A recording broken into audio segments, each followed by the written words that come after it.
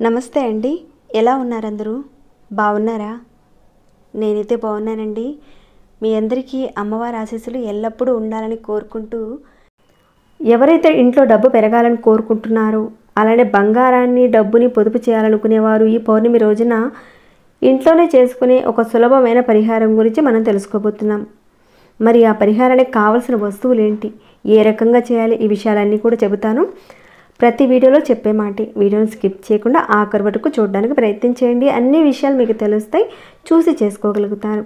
అలానే ఈ వీడియోకి ఒక చిన్న లైక్ ఇచ్చి ప్రోత్సహిస్తారని భావిస్తున్నాను. సబ్స్క్రైబ్ కాని వారు, కొత్త వారు వచ్చి చూస్తుంటే మన ఛానల్లో అనేక రకాలైన సమస్యలకు తగ్గ పూజలు, పరిహారాలు ఉన్నాయి. ఒకసారి మీరు ఛానల్లోకి వెళ్ళి చూసి మీ సమస్యకు తగ్గ ఏదైనా పూజను కానీ పరిహారాన్ని కానీ ఎంచుకొని ప్రయత్నం చేయండి.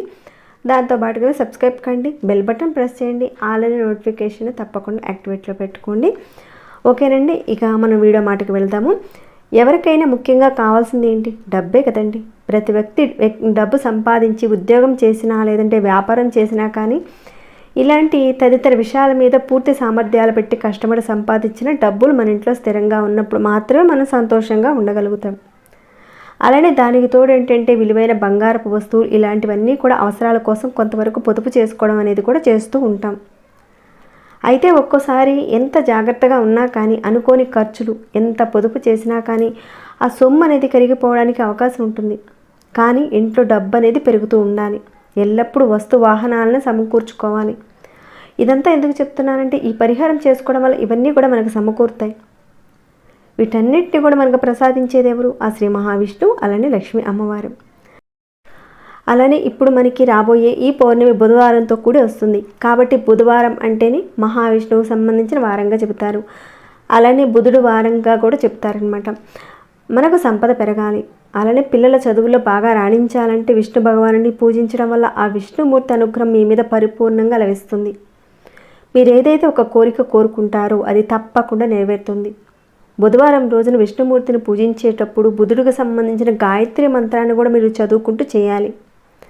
అలానే ఈ బుధవారం మనకి పౌర్ణమితో కూడి వచ్చింది కాబట్టి మన ఇంట్లో సంపద పెరగాలి, అలానే పొదుపు రెట్టింపు కావాలి అని కోరుకునేవారు ఇప్పుడు చెప్పుకోబోయే పరిహారాన్ని పూర్తి నమ్మకంతో చేయండి. తప్పకుండా మీకు మంచి ఫలితం ఉంటుంది. తర్వాత మీరే అంటారు మంచి పరిహారం చెప్పారని. ఈ బుధవారం బుధహోర సమయం అనేది ఉంటుంది కదా, ఉదయం 6 గంటల నుంచి 7 గంటల వరకు ఉంటుంది, మధ్యాహ్నం 1 గంట నుంచి 2 గంటల వరకు ఉంటుంది. అలానే సాయంత్రం అంటే రాత్రి సమయం 8 గంటల నుంచి 9 గంటల సమయాల్లో, ఈ 3 సమయాల్లో బుధహోర సమయం అనేది ఉంటుంది.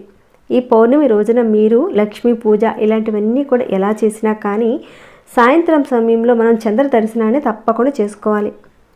పౌర్ణమి గడియలు ఉన్న రోజున 8 గంటల నుంచి 9 గంటల సమయంలో అంటే ఈ బుధవారం రోజున పౌర్ణమి గడియలు ఉన్నప్పుడు రాత్రి 8 గంటల నుంచి 9 గంటల సమయంలో బుధ గాయత్రి మంత్రాన్ని తప్పకుండా పఠించండి. అలానే విష్ణుమూర్తికి సంబంధించిన ఓం నమో నారాయణాయ, ఓం నమో నారాయణాయ అనే మంత్రాన్ని పఠించడం అనేది చేయాలి.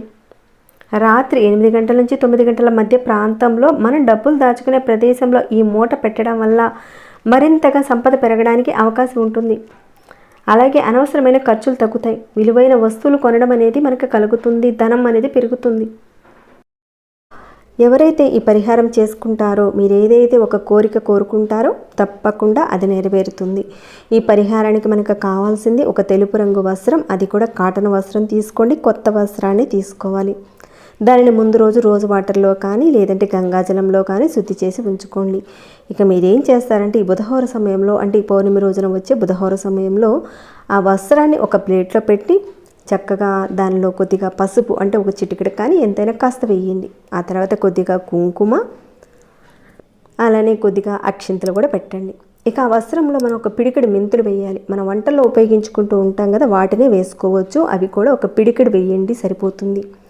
తర్వాత ఒక 2 యాలకులు, మహాలక్ష్మి అమ్మవారి స్వరూపంగా భావిస్తూ ఉంటారు కదా, యాలకుల్ని ఒక 2 పెట్టండి. ఇక ఆ తర్వాత ఒక 2 లవంగాలను కూడా పెట్టండి. మొగ్గ ఉన్న లవంగాలే తీసుకోవాలి. ఇక్కడ మొగ్గ లేని లవంగాలు ఉపయోగించకూడదు. మొగ్గ ఉన్న లవంగాలు ఒక 2 పెట్టండి. సుగంధభరితమైన వస్తువులు మహాలక్ష్మి అమ్మవారికి ఎంతో ప్రీతికరం కాబట్టి ఈ 2 అనేది పెట్టాలి. తర్వాత పచ్చకర్పూరం ముక్కను కూడా పెట్టండి. ఈ పచ్చకర్పూరం కూడా మహాలక్ష్మి అమ్మవారికి అలానే మహావిష్ణువుకి కూడా ఎంతో ప్రీతికరమైంది. ఎందుకంటే ఇంతకుముందు చెప్పాను కదా, గడ్డం కింద శ్రీ వెంకటేశ్వర స్వామి వారికి ఈ పచ్చకర్పూరాన్ని ఎందుకు అద్దుతారు అన్న మీద కూడా ఒక కథ కూడా ఉంది. కాబట్టి ఆయనకి చాలా చాలా ఇష్టం అనమాట. మనకి పూజా షాప్లో బాగానే దొరుకుతుంది.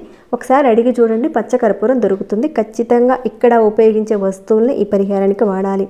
ప్రత్యామ్నాయంగా వేరే వస్తువులు వాడుకోవచ్చా అంటే వాడినా కానీ ఫలితం అయితే ఉండదు. కాబట్టి చెప్పిన వస్తువుల్ని మీరు చక్కగా సిద్ధం చేసి ఉంచుకొని పౌర్ణమి రోజున చేయండి. తర్వాత మీరు ₹1 తీసుకోండి. రూపాయి కాయిన్కి లక్ష్మీదేవికి ఎంత విశిష్టత ఉందో మనం ఒక వీడియోలో కూడా చెప్పుకునే ఉన్నాం. చూడనటువంటి వాళ్ళు ఒకసారి ఆ వీడియోకి వెళ్ళి ఒకసారి చూడండి, అన్నీ కూడా అర్థమవుతాయి.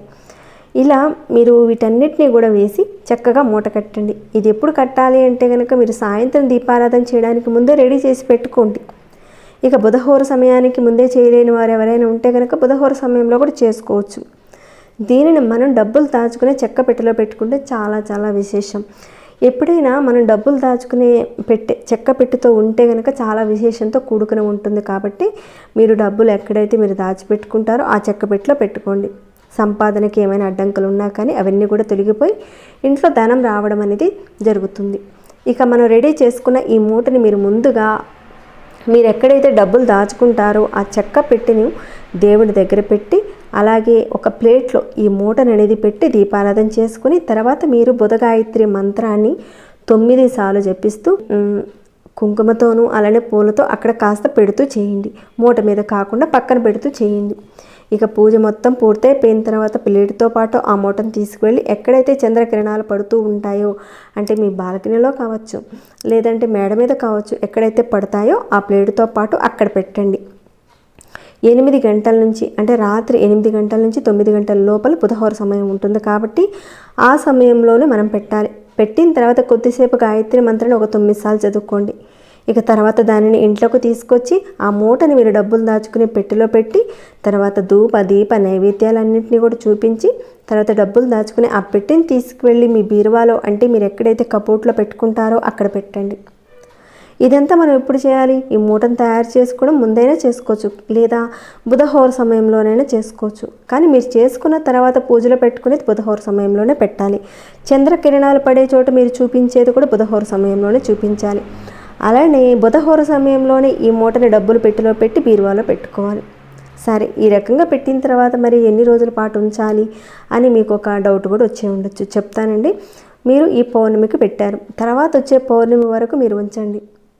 మళ్ళీ మీరు కట్టుకోవాలనుకుంటే కనుక ఇప్పుడు చెప్పిన విధంగా మరలా వచ్చే పౌర్ణమి రోజున మూటలో ఉంచిన ఈ పాత రూపాయి నాణాన్ని మళ్ళీ ఉపయోగించుకోవచ్చు. లేదా మీరు ఒకసారి చేద్దామనుకుంటే కనుక దానిని ఖర్చు పెట్టకుండా మీరు డబ్బులు దాచుకునే ప్రదేశంలో ఉంచేయండి.